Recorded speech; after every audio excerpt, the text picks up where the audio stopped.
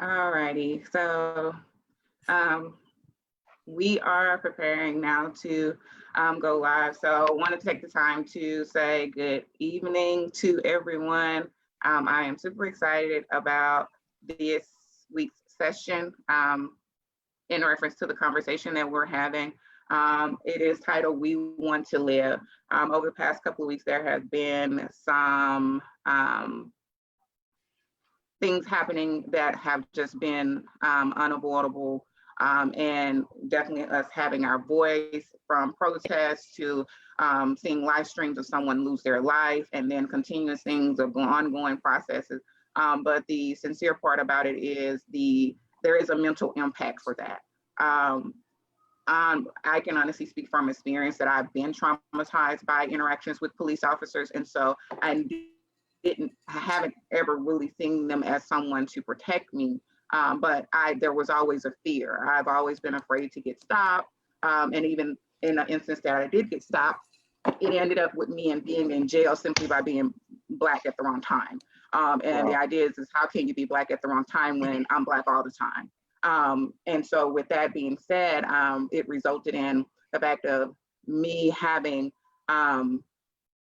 been robbed and lost my purse was stolen, and an investigation was ongoing because there were a series of robberies, and so I was having to go home as a college student in my early 20s to get my license, Social Security, all this valid information that I needed to get it replaced. I was stopped by a rookie white cop, and he stated that because I did not have my ID, I did not have proof of registration. And to top it off, he said that I was going 5 miles over the speed limit. He said all three together equaled a felony. I had no record or anything of that nature. At that point, I was already afraid. And so I called my best friend at the time and I was like, hey, I need you to stay on the phone with me because I'm not sure what's going to happen. Sure enough, I ended up in handcuffs in the back of the car. And they proceeded to take me to jail. I'm thinking if I can just make it because we're going down the road, there are trees, and there's no one but me at 140 pounds, 5'5", and there's this white guy who is well over 6 feet, and I'm sure every bit of 200 plus pounds that is transporting me to this facility. We proceeded to pass a minimum security prison, and he took me to a maximum security prison. When I walked in the door, the expression on everyone's face was, what are you doing here? And it was, I can honestly say, one of the most embarrassing processes of, them taking your clothes. You are stripped down to this process, but why am I here again? Because I'm getting the information from a detective, all of this. And so the friend being on the phone with me helped me because it allowed me to get people to know where I was, something was going on. And they put me in general population, booked me completely, put me in a cell. And I was like, wow, again, why am I here? I'm trying to get it together. And the women there were amazing, but it was so heart-wrenching because I didn't even know I needed a bail bondsman. And so I'm in there and I'm thinking, okay, somebody's just gonna come get me. And they're like, no, you have to call for someone to come and get you. And even when it was done, they had a Sunday paper and they would put your mugshot in the paper. So the reason that I got arrested, they lied. They said that I tried to flee the police and that I resisted arrest. That was their reason that they put in the paper for why they arrested me. Now, the truth was, he said I didn't have any of those things and they equaled up to a felony, but to make them look good, they had to embellish the story and lie about it as a whole for me. So it hurt me because I didn't even know, and a cousin of mine who would generally check the paper for his friends because if they went missing, he knew to check the paper. And he was like, cuz, what's going on? I know this is not you, this is not your personality, but this was the image that they portrayed of me. And so when seeing everything that is happening right now and everything that happened with Mr. Floyd, it not only made your heart wrench for him, but it brought back, if you've been in a situation, traumas that you've been through and your encounters with police officers that have not been the best. And so as I was on Facebook, I saw something and they were making a statement that if you have 10 bad cops, 10,000 good cops, but the good cops don't report the bad cops, then you still have a total of 10,010 bad cops because they are not reporting the good ones. And Exactly. so I wanted to take the time to have a very candid conversation, because it's at a point that this is worldwide. It's not saying, oh, we're continuously trying to beat a dead horse with, do you see us? Do you hear us? We're tired of this. We don't want this anymore. Enough is enough. The world in this moment was in a space of stillness to the point that they didn't have a choice but to see it. And now it has put everyone in a position that they are rallying for a cause that we have been fighting for so many years, to try to get ourselves heard and seen for how we are treated and oftentimes just overlooked and dealt with in such a horrible way. So I have amazing group of people here with me tonight, and I thank each and every one of you so much, because this is a time where emotions for some are very high. And the truth is, I want anyone to understand it's okay to feel those emotions. It's okay to be angry. It's okay to be frustrated. It's okay to be sad. It's okay to be tired. It is not a point, and it's okay for you to say right now, I can't forgive. That is okay, because those are natural emotions. And with everything that is going on, it's realistic.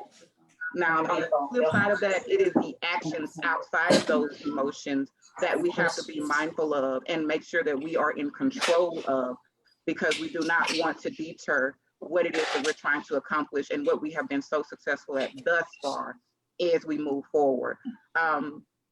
I want to go ahead and let the ladies go first, because I have some amazing gentlemen and a young lady here with me. I have Miss Stacy Simmons, and I wanted to take the time to bring different perspectives.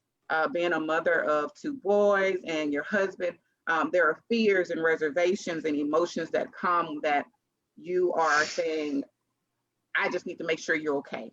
Where are you going? And it's not a point of saying, it's not that I want to, I'm just trying to keep you. I just need to know where you are, so that if you don't come home or you don't call me, I know where to say the last place I knew you should have been. And it's sad that you have to be that way.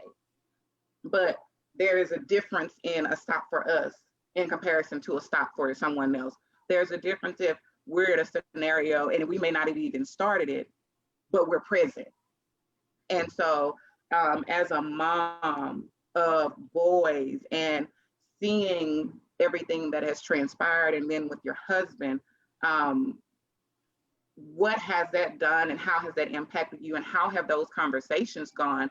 Because it's a point of also educating them on the dynamics of what's happening around, what's going on right now in the world. It's definitely caused a lot of anxiety.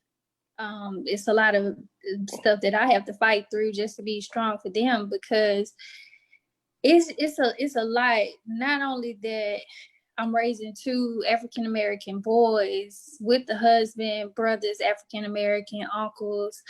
I'm also dealing with the fact that my husband's military as well. So even outside of the bigger picture, is other battles that we're fighting as well. So it's just a combination of so much to where it feels like it's just way heavy. But it's like, to me personally speaking, it's like I'm ready to fight these battles for my family. Like, if that's what it takes for my boys, for my husband, whatever it takes, I'm gonna be that support that they need. Now, it was before 2020. I think it was like towards the end of 2019. My son, he's 12. Well, he'll be 12 this year. He plays Fortnite, which I know a lot of people are familiar with. Teenage boys play, but he got called the N-word. And I think that was his first experience of being called the N-word by somebody not Black. And he didn't know how to process it. He didn't know how to handle it. So I had to have that conversation with him. It was uncomfortable. Like, I was upset, but I had to kind of talk to him and explain to him, like, that word, white people use it. And not just white people, but people who are not African American, they use that as a weapon against us. And we have to be in a position to where we can take that weapon from them. And this just was a long conversation that I had with him, and I kind of had to break it down to him at an 11-year-old's level. And that's not easy to do. And then you have the coronavirus happening on top of the police brutality. And it's just so much, these conversations are so uncomfortable to have, but they're so necessary. And then it's like, you have to just keep reassuring your son that they are worthy, that they are valued, that they have meaning, they have purpose. Although they might look on the internet or they might look and see what's going on in the media, and it might show like, oh, well, you know, Black boys don't have any value.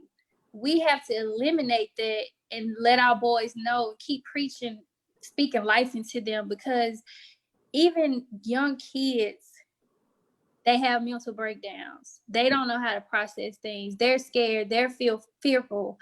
And it's just kind of like, you know, we have to give our kids the floor. We have to let them talk and express themselves. I know a lot of parents like to talk to their kids. They say, hey, this is what it is. Ain't no rebuttal. But sometimes you have to open that platform and let your kids speak, hear what they're saying.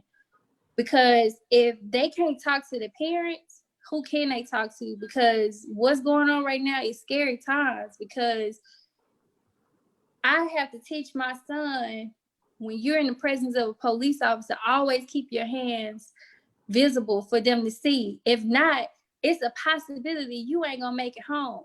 Yeah. Right.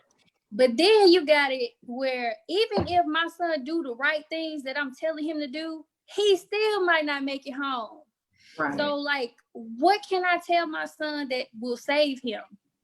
Yeah. Because they're taking lives on unarmed Black men. They're taking lives on men that got their hands up in the air saying, don't shoot. So it's like, how are we safe? So it's like, it's just so much to it. It's just like a lot of these people, I don't know, they just become police officers and they get to where they just abuse their power. Today, people can have an emergency at their house right now and they ain't gonna call the police. They don't feel safe. Yeah. So it's like a lot of domestic violence get overlooked, because I've been in a situation when I was younger where I called the police because the guy got physical with me. And when the police showed up, it was my fault because I let the guy in my house. But I didn't know I was supposed to say, hey, are you going to beat my ass when you come up in my house? Right. But they turned it around on me like, what you calling me for? Like, you let them in your house, this is your fault. So it makes people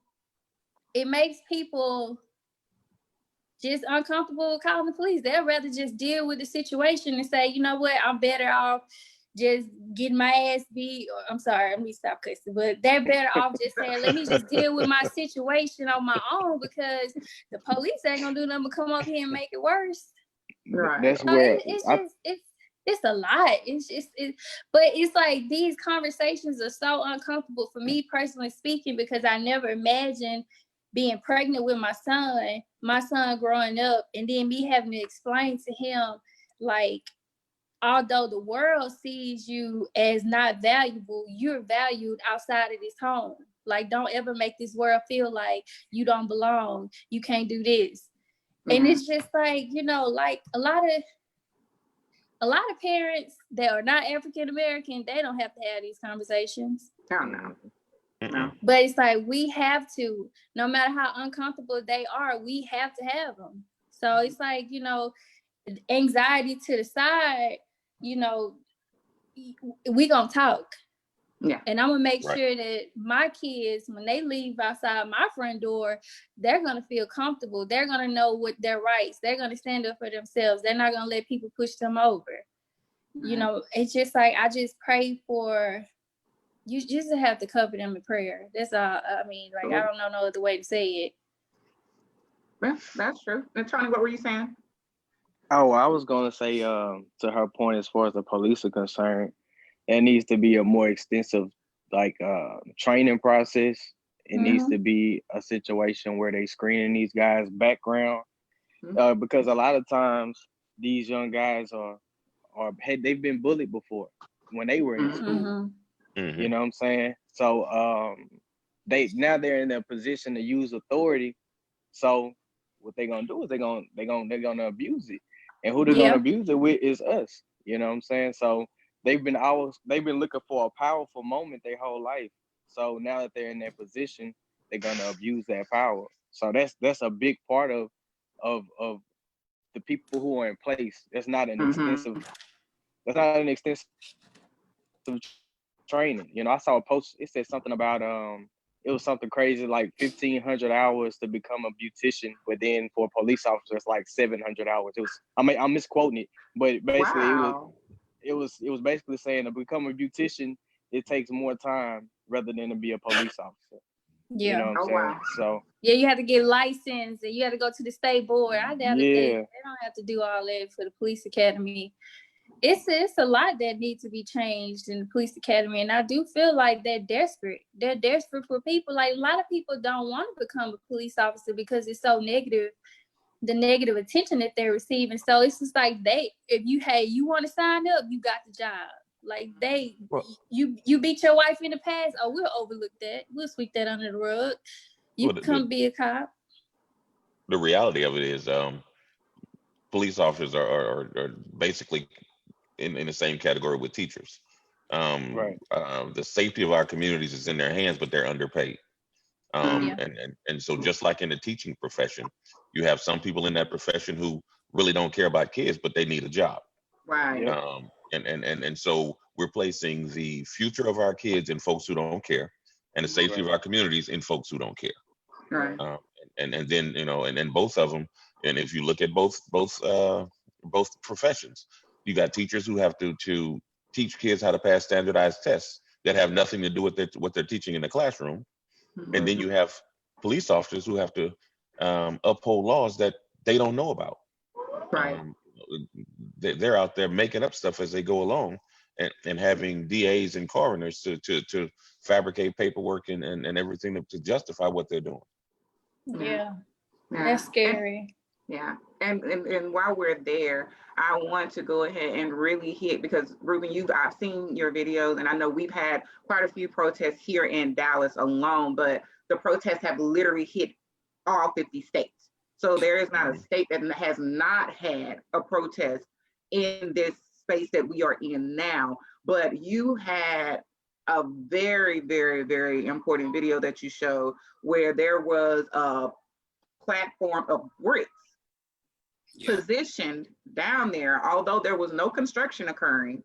It wasn't roped off, it wasn't installed. And you know, you think about it, generally when something is under construction, there are signs, there are the little plastic fillers in the road, there's everything to let you know under construction.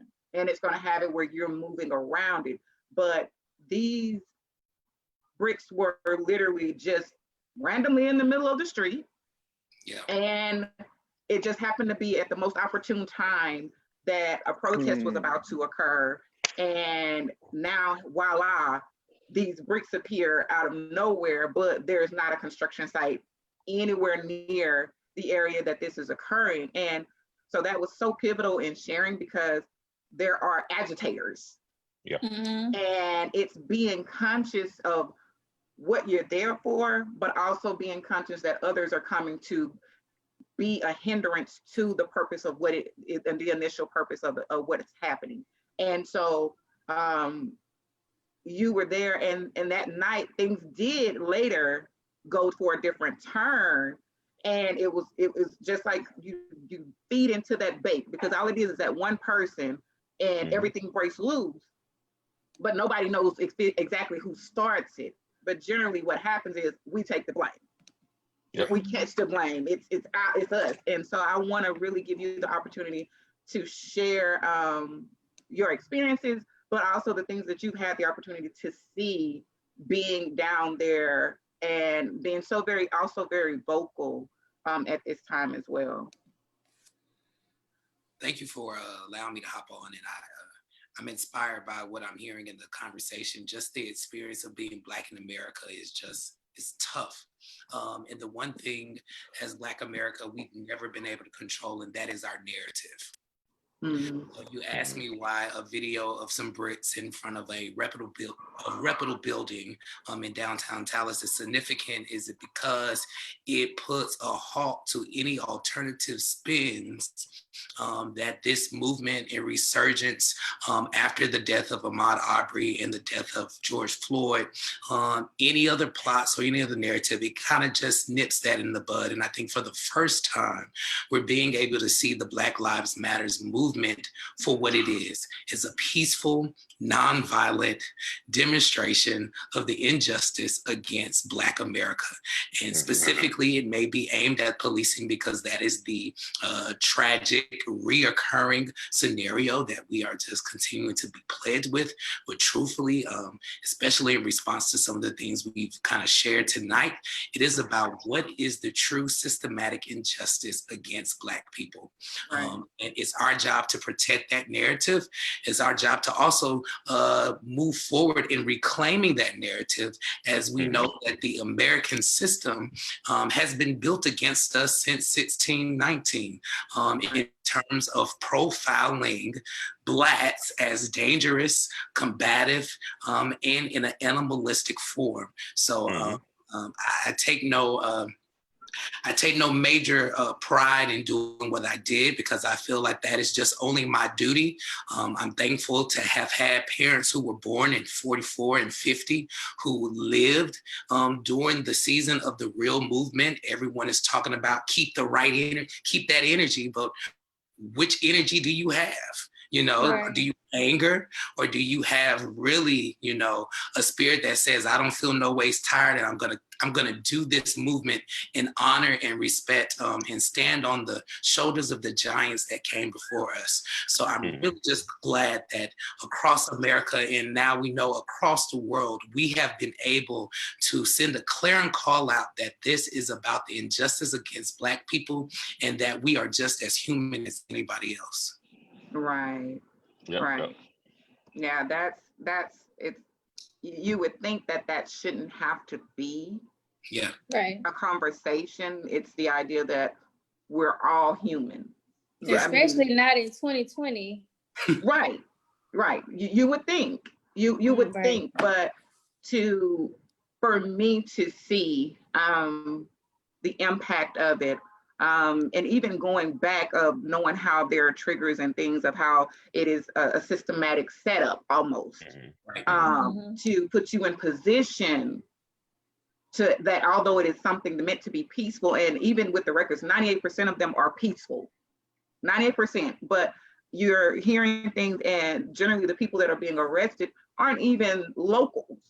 They've come from somewhere else. So they solicited agitators to become mobile and go to other places and create friction in a way that is basically set up to deter. But I like how you said in reference to just willing to take that long journey in spite of, because it's still a journey. Right. The pace was set for us, and now it is the taking that place and those privileges that so many lost their lives for before, and implementing them and saying, okay, enough is enough. We're not going anywhere. We're here. You can mimic and celebrate us as far as what our culture looks like, but you minimize us as beings because of the color of our skin. But you celebrate everything else. It's just that inferiority that you want to set into us, of making it seem as though we're the latter, but the things that we create and the things that we contribute are celebrated in such a way that you're willing to try to blackball us and take credit for it and then celebrate it. Right. But we're just not good enough to be celebrated in that same instance as human beings. And so it is definitely extremely, I have honestly say I have been proud to see what has been happening in Paris and London and all these different countries. I definitely didn't expect that. Right. Yeah. And a lot of them don't look like us. Right. They really don't look like us. They are out there thousands.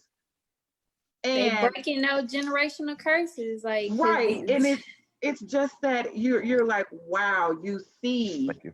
You see us, you know, you don't, we could try to explain the pain to you, but there are no words to really be able to give you what it is that we feel. Right. But the human decency of it is that you see, and that common sense of knowing it's just wrong. Right. It's simply just wrong. And I think that's what social media has lended itself to us in this movement quickly, you know, just that there's just an awareness of what has been happening. I think the phase that we're seeing now as to why we're seeing so many non-Black allies is because now we're at the acknowledgement phase. It's almost like stages. Yeah, right. So we've made awareness to it. Social media has been a huge aid. Now we're in an acknowledgement phase. And what I'm hoping we can get to after this acknowledgement phase is some admitting phase, right? Yeah. Right. Now, if you dig into the brain of somebody who's not you, the only way you can get them to change policy or to change protocol or to change a standard is for them to admit that it's wrong. And I think the tussle we're seeing right now is an executive leader and an ethnicity. And we're starting to see the separation there where people don't want to be attached, you know, to the wrong perspective and ideology in terms of what it really means to be an American in 2020. Right. I agree. Yeah. And I mean, it was sad because the first thing when I watched the video, I honestly could not finish it. I haven't watched it. Yeah, I could not finish it. And I was literally, my heart began to just wrench at the fact of what I was watching, and his girlfriend and his children, everything came to mind. And I was so heartbroken when people began to viciously attack her in her response. And I was like, she hasn't even had 24 hours to process what she and the whole world has seen. Right. She didn't get to grieve privately first and then present herself to the world. Within 24 hours, she was doing an interview about something that the whole world witnessed just as she did. And it was just like, I was trying to wrap my head around it because you, like you said, you have no Ahmaud Arbery, and you're seeing this, and the idea that someone recorded it, held on to it, and then later decided to release it. You held this for over 30 days. Yeah. And it's like, how can you sleep at night? How can, like, I don't know how you can even live with yourself. It's like, what did somebody do to you that was okay? That anybody had the ability to be able to process that was it was needed, or what? And it's always the same narrative of something happens and we shame the victim. We got to pull up every bit of dirt that they have. We have to pull up. We got to go back and dig. Let's see what they did this and they that's did standard that. operating procedure is what they do. They had to say he was trespassing and breaking into houses. Okay, write him a ticket or something. You don't have to kill him.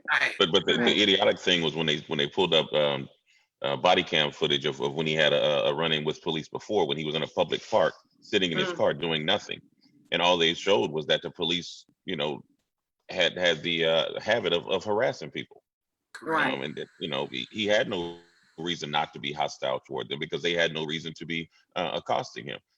Whether you're looking at the case of Breonna Taylor, Ahmaud Arbery, or George Floyd, all those events in and of themselves are horrific.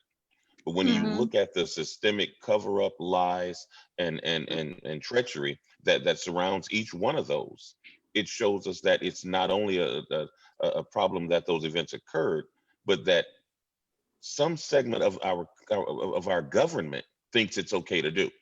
Right. You know, when you have the police department connected with the DA's office connected with the coroner's office, and the coroner, I mean, and everybody is working to make sure that whatever the desired result comes about. Right. In George Floyd's case, they start talking about, coronary heart disease and all this kind of stuff. Right. None of that is going to kill you because you laying on the side of the road. Right. Right. Because you were walking before with the same issues. He had that they're same now issue for trying to 10 say years killed without a you. problem. Yeah. Right. And that leaves me to, like, my biggest question, like, how do we keep a concise message in terms of like what we're fighting for, and still balance that with public safety that we need, right? Mm. I have a lot of people who say defund the police, and in some respect, funding could be better utilized in other places. But then and I hate this word choice because it's systemic, but how do we maintain order, right? Right. Yeah. While still trying to address that we need to have some type of institution that addresses the consequences of this bad behavior. So for me, go ahead. No, what I was about to say is that there are a lot of reforms that need to take place in the whole system from the police department on down. I was having a discussion the other day, and it wound up being a long post that I put on Facebook, talking about from rules about the body cam from the time you clock on till the time you clock off. You can't turn it off. From having an Overwatch committee that's made up of community and city council and so forth. Having rules as it pertains to police shootings are not investigated by the DA's office. They automatically go to the state attorney's office. There's so many different layers that need to be addressed, because if we just address retraining and further training on the police, it doesn't matter because they know that the DA's got their back if they screw up. Yeah. So the whole thing needs to be addressed at some point. I think that it's a situation where there's no consequences for their actions. Exactly. You know what I'm saying? So regardless of the body cam, I mean, we've been getting killed on camera in broad daylight. Like the body cam or any of that wouldn't even matter. Like the point is there's no consequences for the actions. So when there's no consequence, we ain't gonna say no consequences. There are no heavy consequences. So when there are no heavy consequences, it's like, hey, we can do what we want to do to them. You know, we gonna get a slap on the wrist. We may get in trouble, but we gonna be all right. So it's that thing of what they say in America. We all are created equal, but that's for everybody but Black people. You know what I'm saying? That way, this system isn't created for us. Exactly. Right. You know what I'm saying? So the system was never set up for us. It was set up against us. You know what I'm saying? So Black people was property.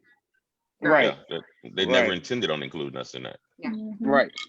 100%. So I think that, we could talk about it all day and what's going on. It's been going on since our grandparents' days. I think it needs to be an implementation of what are we gonna do as a collective to help each other. And that's we gotta come to a solution.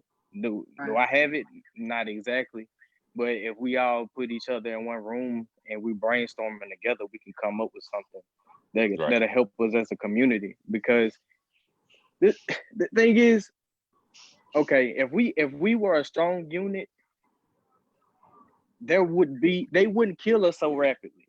Yeah. You know what I'm saying? So I don't know if y'all seen the Malcolm X movie. It's a part in Malcolm X where a fellow got arrested, and Malcolm X and the rest of the Muslim brothers went down to the police station.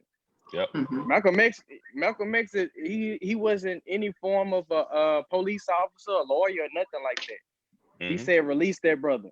And they said, who are you? He said, I'm with the Nation of Islam. He told them to look outside. He said, we're not going nowhere until you release this brother. And what did they do? They released him. You know what I'm saying? So like, it has to be a unified situation where we all walk in the same walk and talk in the same talk. So like, we can talk about what they're doing to us. Yeah, that's bad, but they're going to keep doing it until we unify. That's what has to happen. We have to find a solution, and we got to all get on the same page, or we're gonna keep singing the same story, same song. That's true.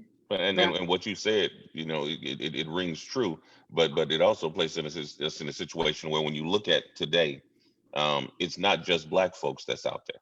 You have Asian folks and Hispanics and white folks, and at this point, when we have, everybody out there and a multicultural, group, this is the time we need to unify and actually strike while the iron is hot. Yes. Right. Yeah. Yes. And man, you 100% right. I haven't seen us unify to this extent ever since I've been alive. So yeah, that's true. Because even like with we on a whole other level. Ferguson, I mean, they did what they did in Ferguson, but it's like once all the smoke cleared, it's like you didn't hear nothing else go about back Ferguson. to your regular life. Yeah, right. Everything is just back to. But like, what if we would have kept that same pressure? What if we would have had protests all over the world then? Like, where would we be now? 4 or 5 years later?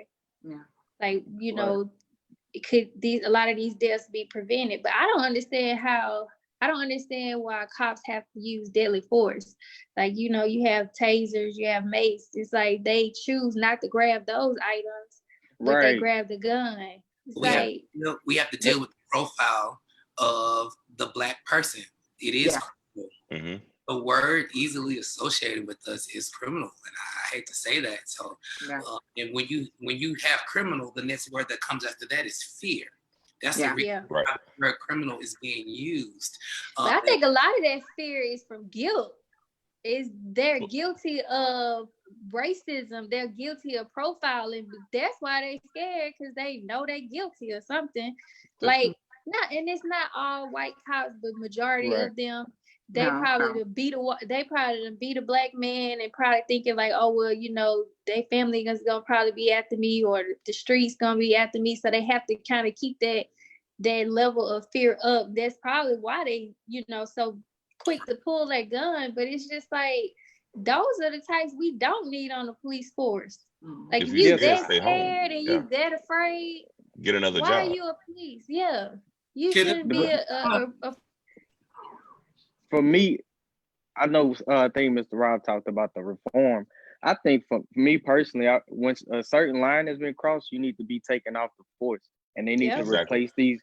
They need to replace these people with people who have the mind frame of the best interest of the public.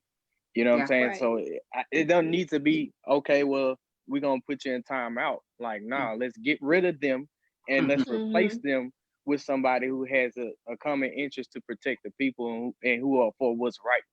That's what has to happen.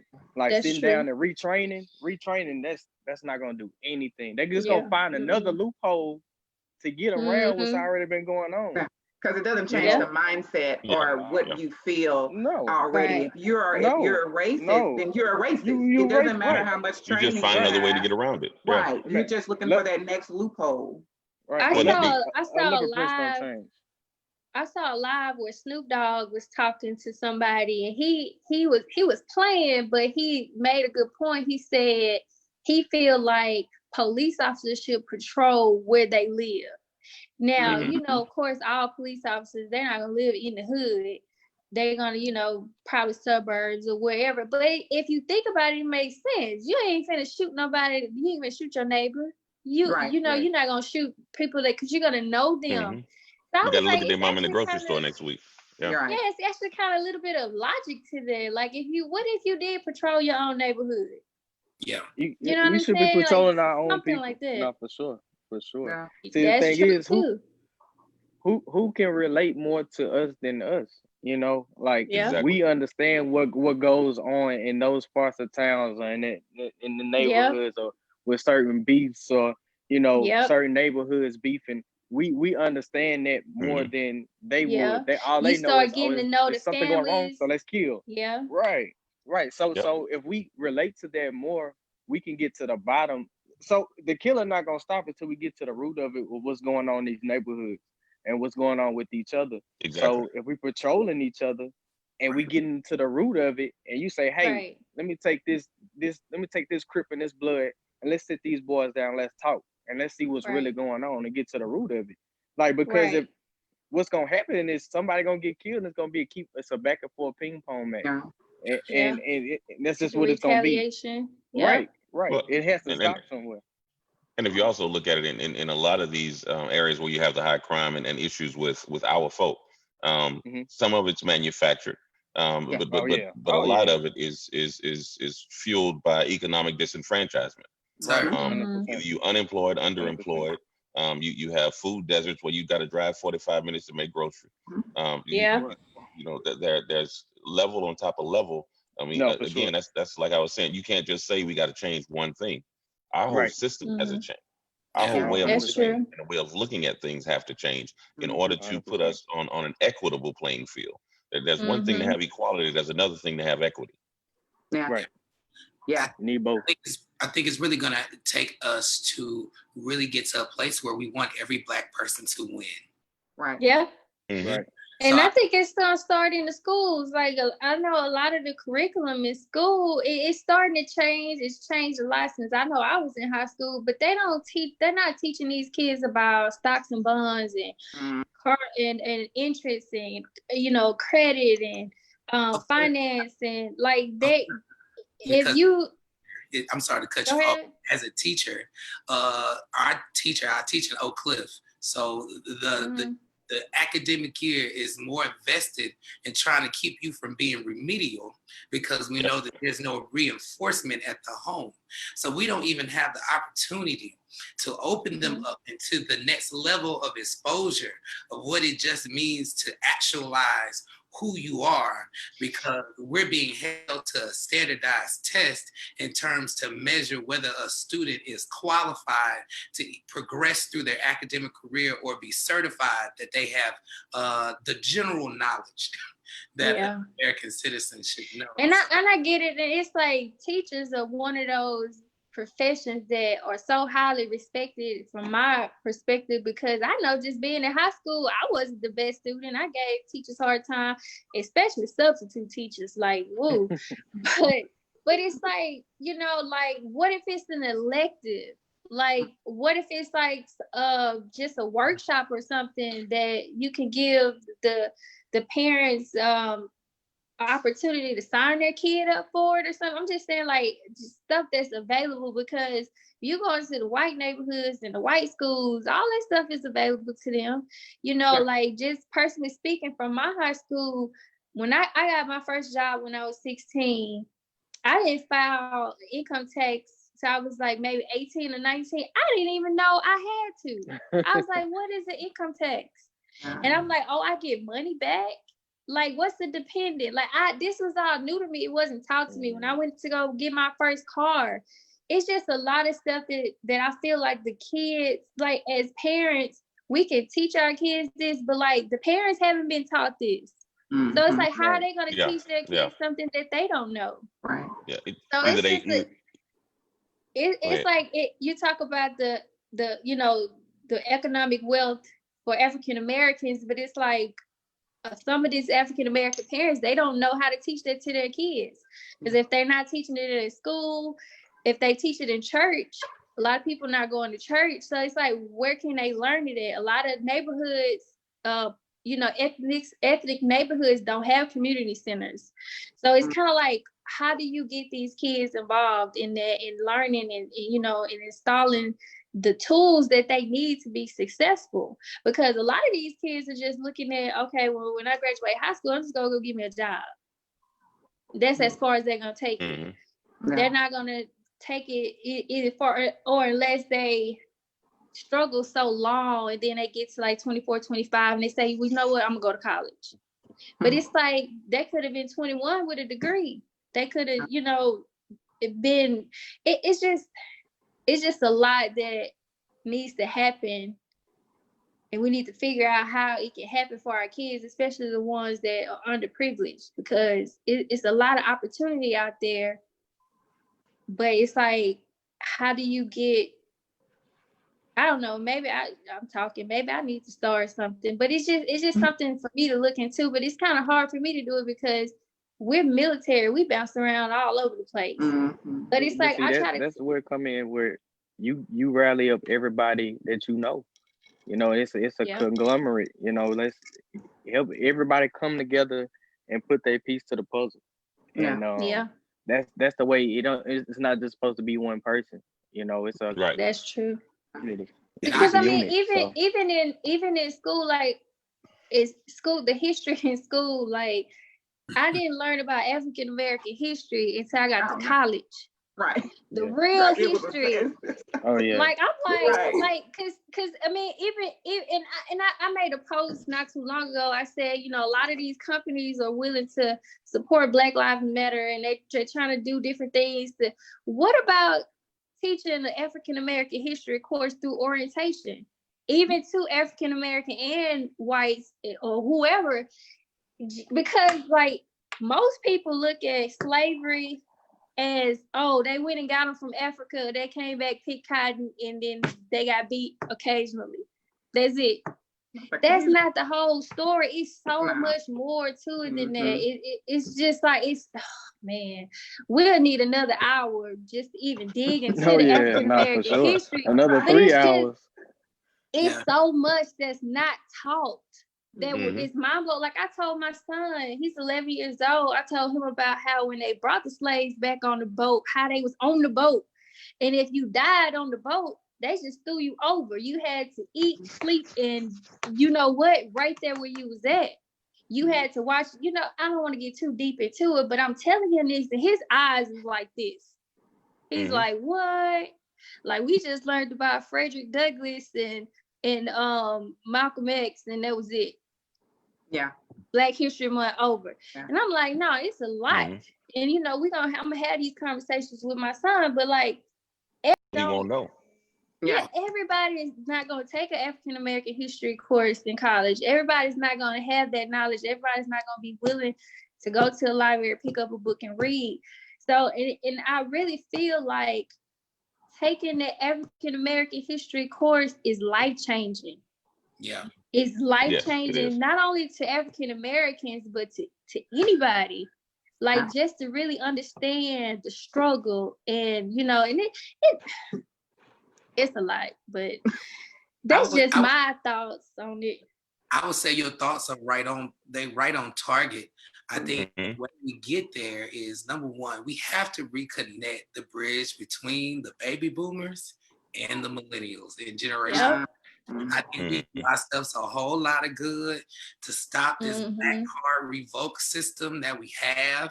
Like I'm calling 2 to 3 different mentors every day, not to rant and ramble, but to just listen to some history, listen to some stories, you know, learn about some books that are not, you know, in the schoolhouse, you know, and then I think that will help us get rid of the black card revoke system. Yeah.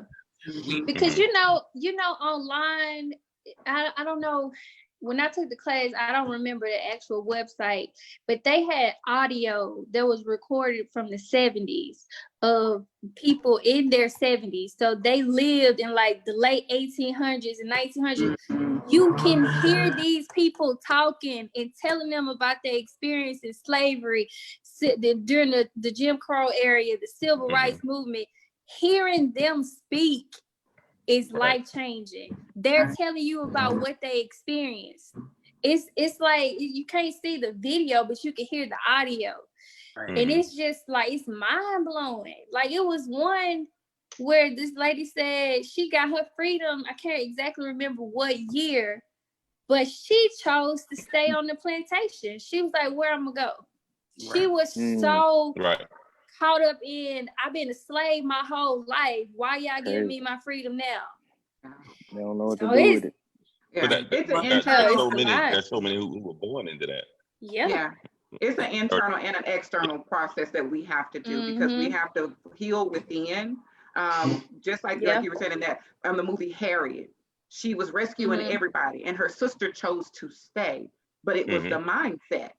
Yeah, she wasn't willing to do anything else outside of that, and that you get comfortable.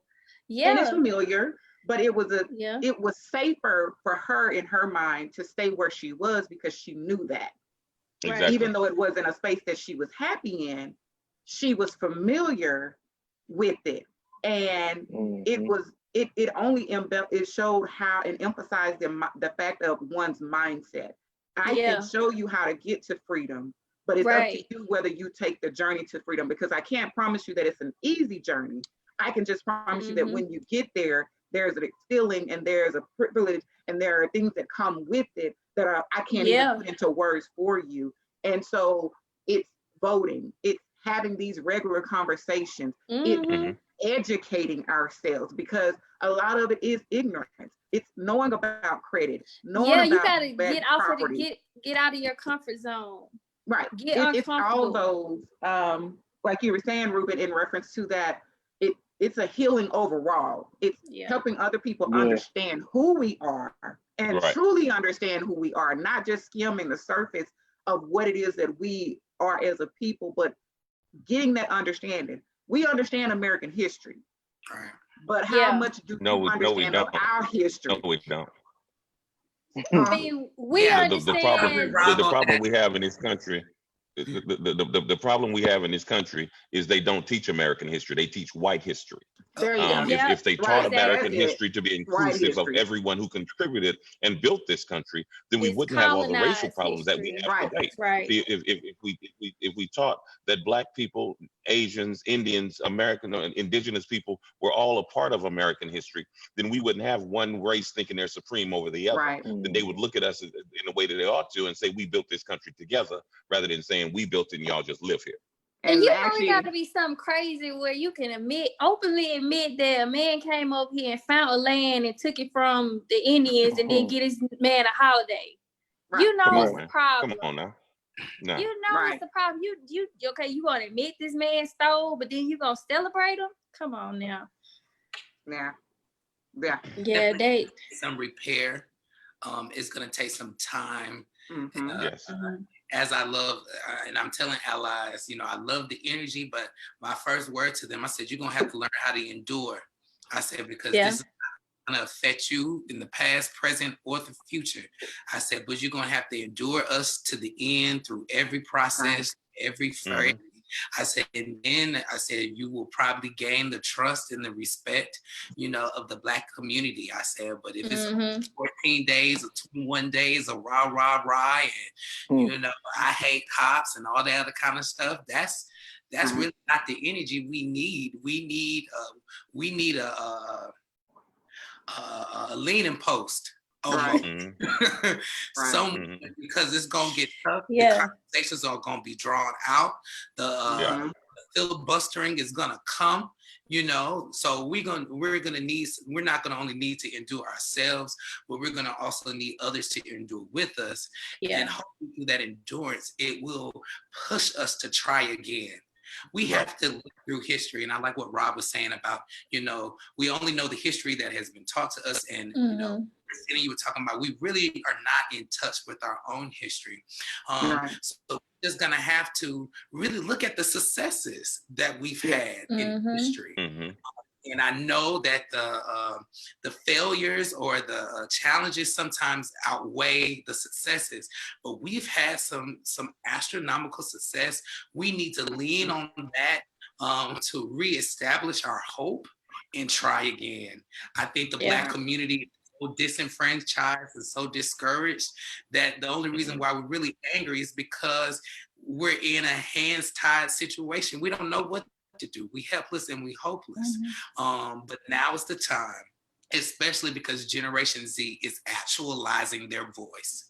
We're gonna have to try again with voting. We're gonna have to try again with census. We have no data to prove to us that it's gonna work. There is no guarantee, but I think now is the time that we endure and we try again. Definitely continue to apply the pressure. We're in a space that we're implementing and we're pushing, and like you said, it's staying committed to pushing. Keep pushing until there's nothing, till you have, and if you fall down, encourage the next person to keep pushing until you have the strength to get back up and push some more. So that there has to be a shift. There has to be a continuous evolution. We're seeing things we haven't seen in if ever. Some cops are actually being held accountable.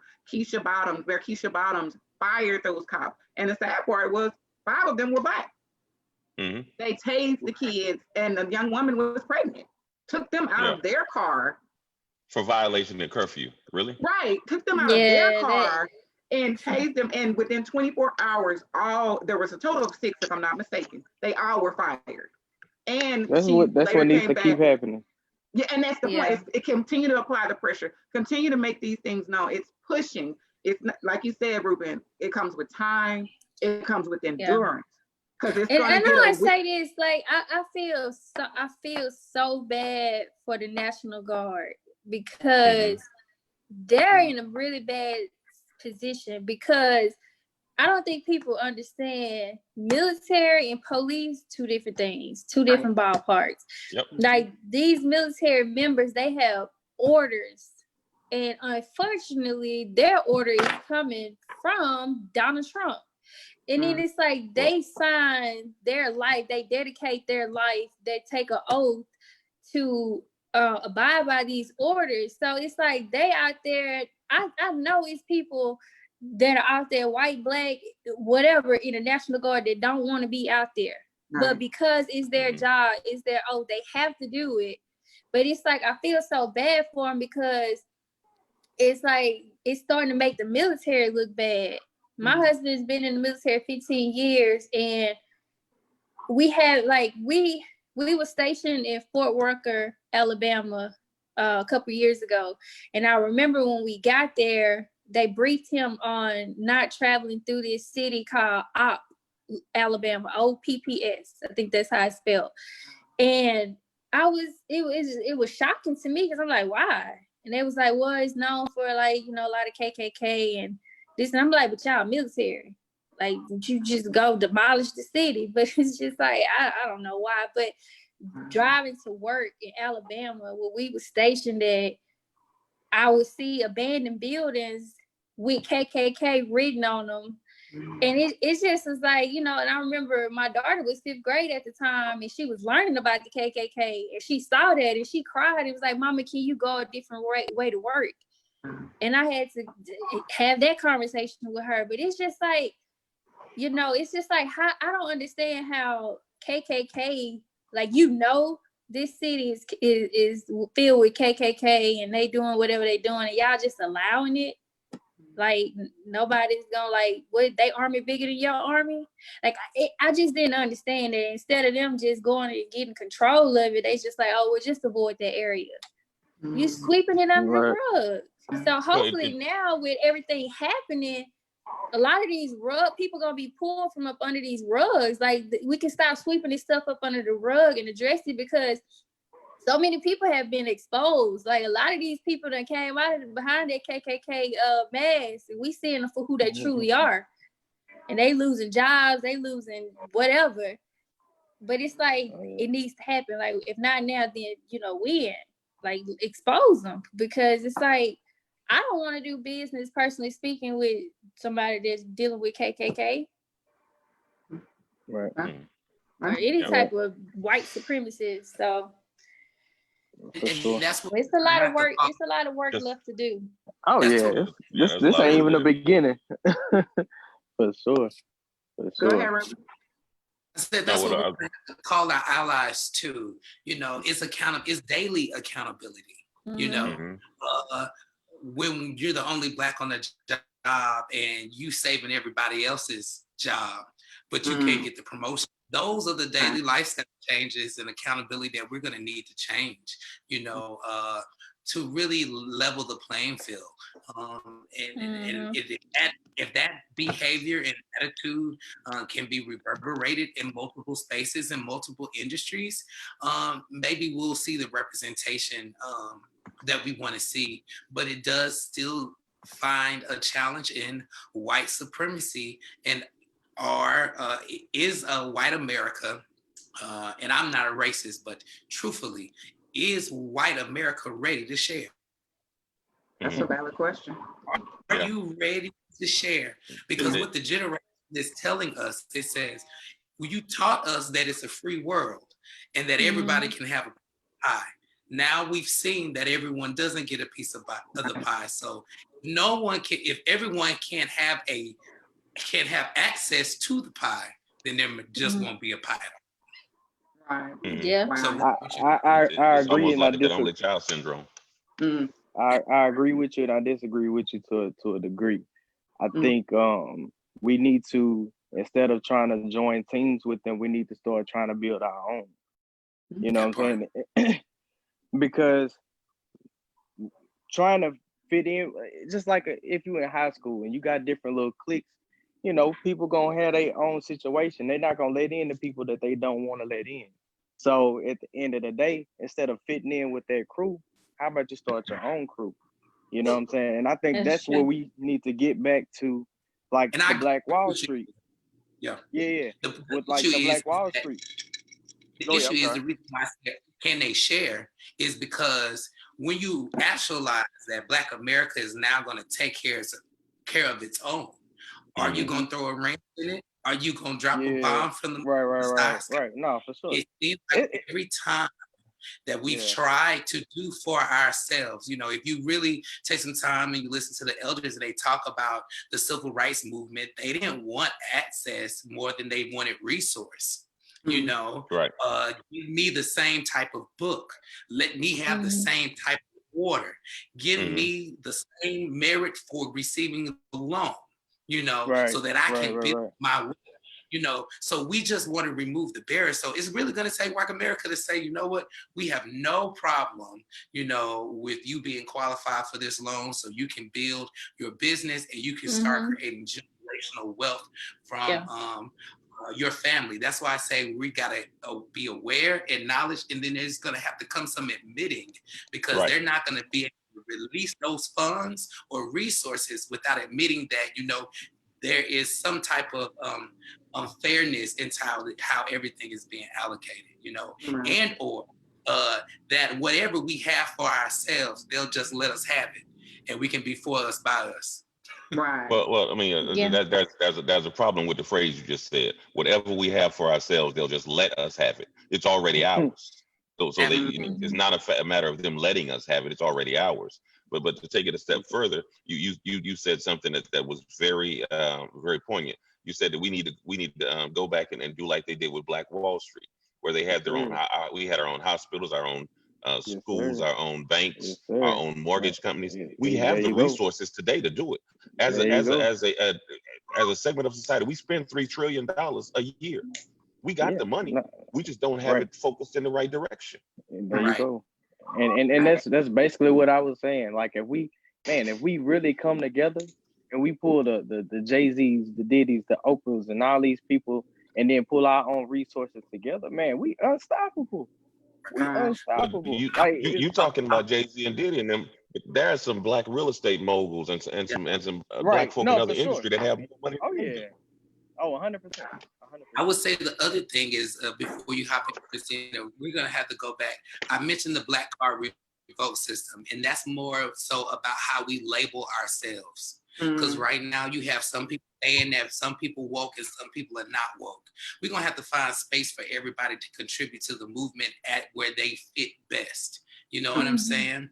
But when it comes to us really being able to build that solidarity within our culture, it's going to have to take us to change the narrative of what we think Black is. Because as soon as you say, I'm an entrepreneur as well, as soon as you say, oh, I'm going to work with a Black-owned business, you say, oh, they ratchet, they bootleg, they ghetto. It's not going to be completely. So like you saying, we have the buying power. We're just going to have to change our own narrative about our product and say, you know what? The stigma.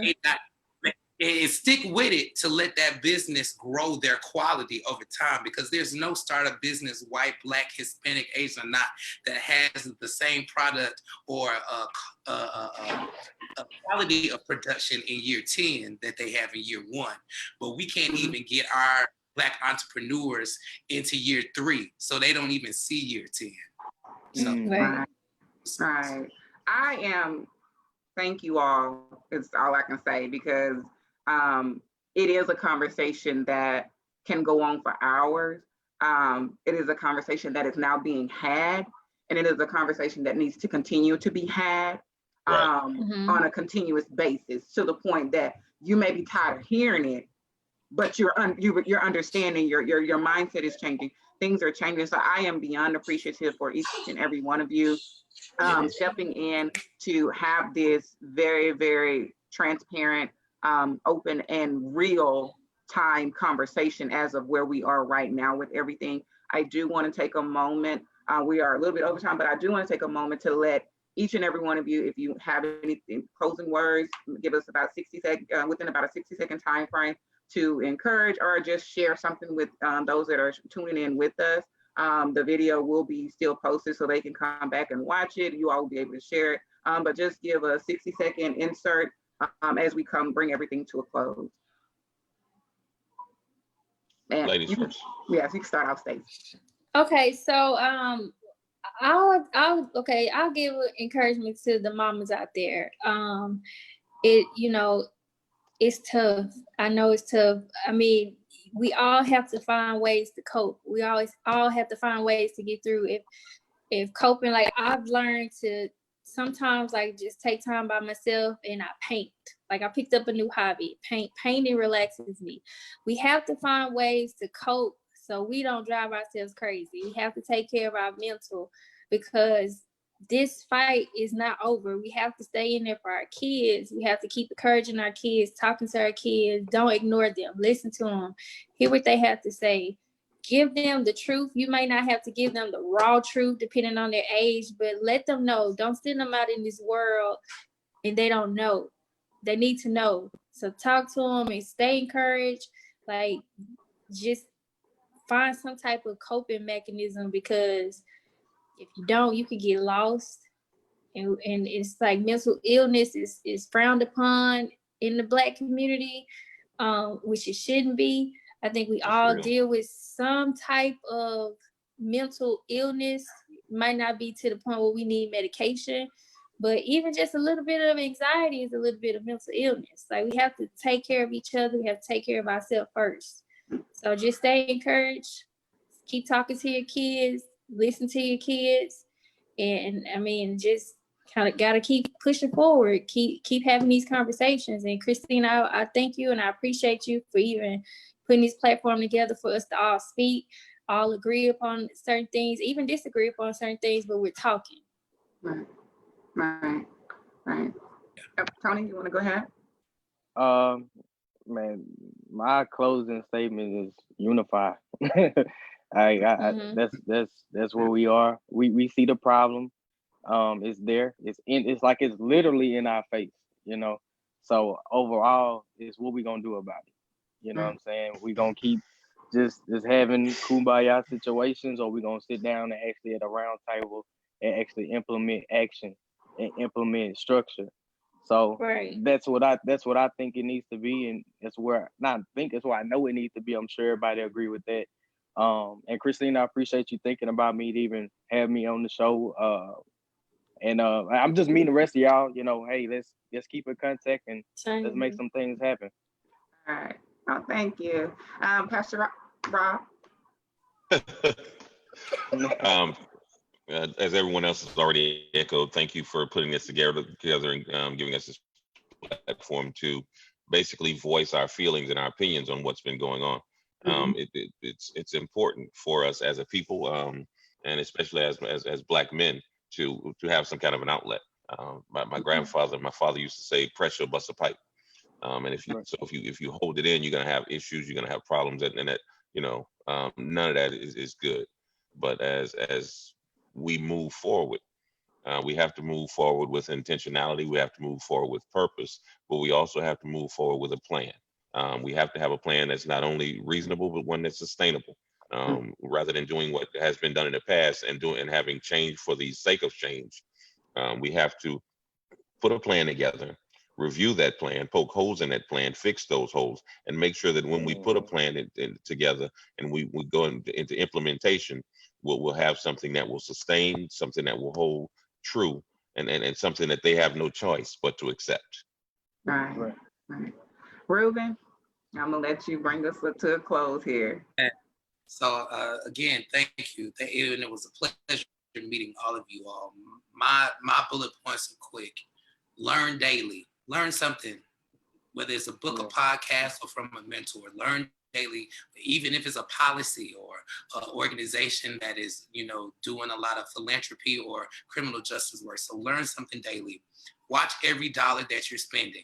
We know that this is an economic game, so start directing your money where you want it to go and stop spending it frivolously. I think that's the one power COVID has given us, because we have been saved and reallocate. All right. Right. Yeah, that's true. Find your position and play it well. Don't try to do everybody's job. Don't denounce anyone else's, responsibility or involvement. Find your part, play it well, and then support others in the part that they've chosen to play. And the last one would be bring the right energy, which is love, peace, and God bless y'all. Thank you for having me. Thank you all so much. This is a very relevant conversation. This is a conversation that will continue. So it will be coming back around again because it is ongoing, and where we are and how we're moving, we have to keep going, but we have to keep the conversation relevant as well. So I am beyond appreciative in reference to you all taking the time out of your days and your schedule to come and have this conversation and be so very transparent about it. So I thank each and every one of you. Please feel free to share. The video is available, and there'll more than likely be a part 2 to this. So we'll be coming back to finish this conversation, because I'm sure there was so much more that there's so much more we have to say and have to process. But each and every one of you, I thank you. I can't thank you so much from the bottom of my heart. I speak blessings to whatever it is that you all are doing, and I'm excited to see how you are going to contribute to everything that we have going on, because I heard so many amazing things in the midst of this conversation. So once again, thank you so much. Everybody that was joining us, we thank you so much. We appreciate you all in the comments, as well as it sharing and making this conversation known. So thank you all again, and you all have a wonderful, wonderful evening. Same to you, Chris. Have a good one. Bye. Good luck.